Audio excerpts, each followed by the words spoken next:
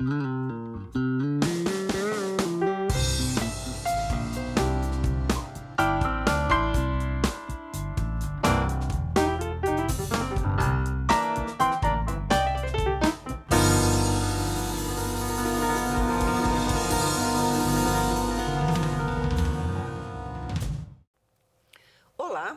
O que a medicina pode prometer honestamente aos seus pacientes? E o que os doentes podem racionalmente esperar do seu médico? A cura para seus males? Qual o impacto que o avanço tecnológico trouxe para o campo da medicina nos últimos 40 anos? Quais as doenças mais comuns nos dias de hoje? Essas e outras questões serão abordadas pelo nosso convidado de hoje, o Dr. Ciro Filogônio, médico há 47 anos, clínico geral com especialização em tratamento de alergias e professor da Escola de Medicina da UFMG há 45 anos. Doutor Ciro, posso chamar de Ciro, né? Pode. Depois de 20 anos de tratamento, acho que pode, né? Com certeza. Como você disse, até coronel, né? Durante 25 anos eu trabalhei no Hospital Militar, né? Médico militar. Então, quando eu me aposentei, aliás, quando me reformei, eu me reformei no posto de coronel médico. Quer dizer que coronel. Com muita honra. Doutor Ciro, ou Ciro, o que te levou à medicina, o interesse pela medicina? Às vezes eu me faço essa pergunta e não consigo saber a razão. Havia uma expectativa na minha família que não tinha nenhum médico. Tinha advogado, engenheiro, contador, meu pai era contador, e não tinha nenhum médico. E parece que filho mais velho de uma família de 9 irmãos, né? Parece que eles colocaram em mim essa expectativa e eu deu achei certo, interessante, né? Deu certo. Porque às vezes a pessoa é contrariada nos interesses, mas ali deu foi certo. Foi muito natural, era uma expectativa que se concretizou e acho que foi uma boa escolha que eu fiz. Agora é interessante você falar isso também, porque você me contou que você formou em 69. 69. Dia 8 de dezembro de 69. Isso. E aí não tinha não teve no seu período uma determinada especialização. Como é que era aquele processo? Lembra? Porque tradicionalmente a medicina eram 6 anos de curso, né? E houve uma experiência nessa época em que eu entrei, no início do ano de 65, de diminuir o último ano do curso médico. O último ano do curso médico é o ano em que é dedicado aos internatos das áreas básicas. Pediatria, clínica médica, as pessoas chamam clínica geral, né? Ginecologia, obstetrícia e cirurgia.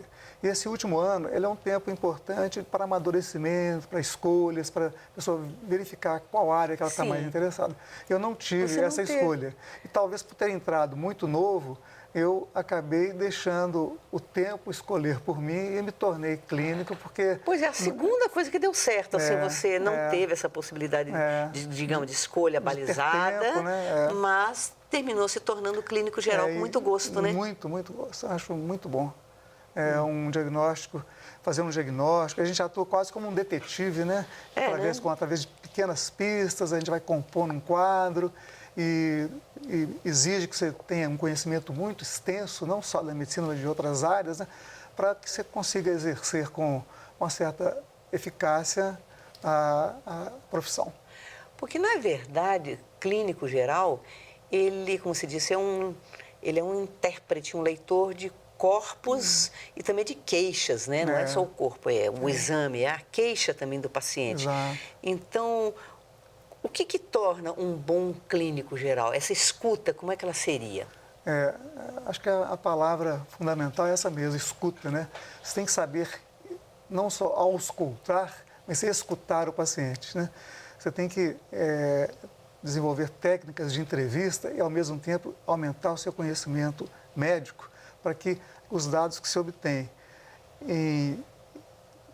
dos pacientes da maneira mais variada que existe, alguns com muita precisão na informação, outros completamente imprecisos, você tem que tornar-se quase que um filtro. E esse filtro tem que ser muito eficaz para não filtrar coisas que não merecem ser filtradas, né? Então, eu vejo muito quando estou durante o exercício do ensino com os alunos, que às vezes eles escolhem dados que eles mesmos não conseguem fazer o diagnóstico. Mas quando eles me apresentam, pela maior cultura médica evidente que eu tenho em relação a eles, que estão começando agora, eu consigo, com os dados que eles escolhem, chegar com eles a um diagnóstico ou a alguns diagnósticos, né, que permite que a gente possa atuar com utilidade para aquele paciente. Você deu durante os anos e continua dando aula na UFMG. Aliás, você é professor da UFMG desde 71. Exatamente. Você devia ter quase a idade dos seus alunos, né, Alguns eram até mais velhos que eu. Não é isso? Mas era, muito novo, né? Com 23 anos, eu estava... 24 anos, eu estava começando a dar aulas. Eu estava fazendo residência, teve um concurso, e naquela época, a exigência para se fazer um concurso para professor auxiliar, que na época se chamava auxiliar de ensino, eram 12 horas que você recebia mensalmente, tinha professores de 12 horas, de 24 horas de dedicação exclusiva. Então, não era 20, 40 IDE, não.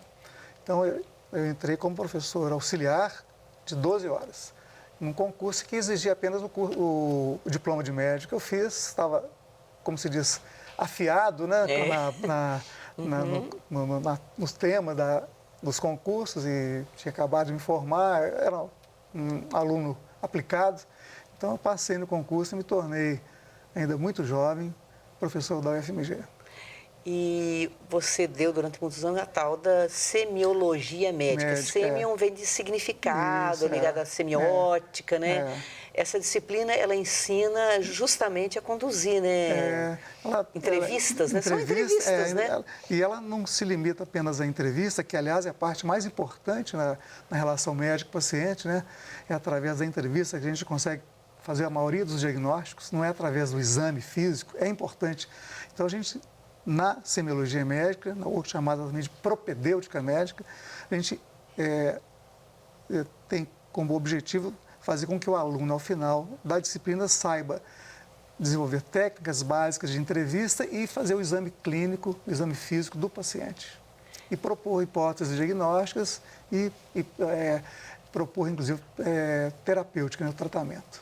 E você também fala, já me falou uma vez, da importância também da ética no ensino da medicina.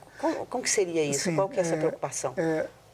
A ética no ensino é interessante que só em 2010 é que o Código de Ética Médica colocou mais especificamente esse fato, que sempre foi preocupação dos médicos, né? Isso vem desde Hipócrates. Você não pode entrar na casa de uma pessoa e sair de lá falando o que você viu, né? É um segredo semelhante ao segredo de um confessionário, né? Acho que isso é válido em todas as profissões, tem o advogado também com o seu cliente, né? Porque ele tem acesso a intimidades muito grande, né? E essa intimidade muito grande, a qual você tem acesso, você tem que lembrar que ela é entre você, médico, e o paciente, né? Que você não pode inadvertidamente colocá-la, às vezes, esse negócio do prontuário médico, por exemplo, hoje em dia tem o prontuário eletrônico, né? Se você escrever tudo que você colheu do paciente, você pode trazer consequências assim muito desagradáveis para intimidade, para preservação mesmo da pessoa, né? Detalhes que não mereçam ser escritos, porque podem cair em mãos não muito apropriadas e que não contribuirão nada para o paciente em fazer diagnóstico, tratamento. E, às vezes você tem que ser discreto até no que você vai escrever, para que você não faça, não corra esse risco, né? Então... E no trato com o paciente, tem que ser simpático, tem que ser afável, tem que ser objetivo? Como que é esse trato do paciente? De modo que ele se sinta à vontade, né, para falar. Aliás, eu me lembrei uma pessoa que você já tratou, a Lia, minha empregada, né? E ela se queixava muito nos postos de saúde onde ela ia, que os médicos não tocam os pacientes. O paciente parece que gosta de ser tocado, né? Tem uma história interessante que você me fez lembrar, que essa queixa que os médicos não encostam nos pacientes, é muito comum nos atendimentos do SUS, né? Que eles falam, o médico do SUS nem encostou. Aí Jesus Cristo resolveu verificar como é que era isso. Então, ele se vestiu de médico, sentou-se lá na cadeira e veio um paciente numa cadeira de roda. Ele conversou, pois não, tem só aleijado, não sei o que lá. Então, levanta-te e anda. O sujeito levantou, andou, saiu da sala e aí o amigo dele pergunta do lado de fora, E aí, o que você achou desse médico novo? Ele é bom? Ah, igual aos outros, nem pôs a mão em mim. Quer dizer, fez o milagre dele andar, mas não pôs a mão. Então, o examinar pressupõe o toque. O toque. Eu acho que é uma carência, você não acha, das pessoas? Uma carência... Quando você, às vezes, pega o pulso de um paciente, parece que ele relaxa, né? Você, na hora que você chega perto, toca, apalpa o abdômen, assim, a pessoa parece que agora estou sendo examinada. E a ansiedade E não é uma passa. questão de ignorância, nem de pessoa... Pessoas de níveis os mais diferentes em termos intelectuais sentem isso, né? Eu muitas vezes assim, tenho lá minhas crises alérgicas, que eu vou lá no seu consultório, assim, só de ir ao médico, quando eu volto, eu já sinto que eu estou melhorando. Nem tomei remédio ainda. O médico é uma droga muito poderosa. Às vezes é só uma droga. Por isso que é importante a confiança, né? Então, às vezes, droga poderosa, né? Você imagina que então a confiança realmente ela tem que estar presente na relação e o que é muito importante, você deixar que o paciente perceba que você está realmente interessado em ouvi-lo, não ficar desviando a atenção para um telefone que toca. Às vezes você tem que fazer isso ocasionalmente. E se for fazer, pedir licença, né? Mas assim, procurar saber que naquele momento o seu patrão é ele, né? O seu cliente, seu paciente está na sua frente, é o seu patrão naquele momento. Toda a atenção tem que ser, ele tem que falar mais do que você. Né? Isso. E você não deve responder perguntas não feitas, né? Também não. Tem isso também. Né? Também isso, né? Bom, vamos fazer um pequeno intervalo então, pois não. Ciro? E voltamos daqui a pouco já com a prática médica, a clínica mesmo, as doenças mais comuns que o Dr. Ciro costuma tratar no seu consultório, que está ali naquele mesmo lugar há uns 30, 40 anos. Até já.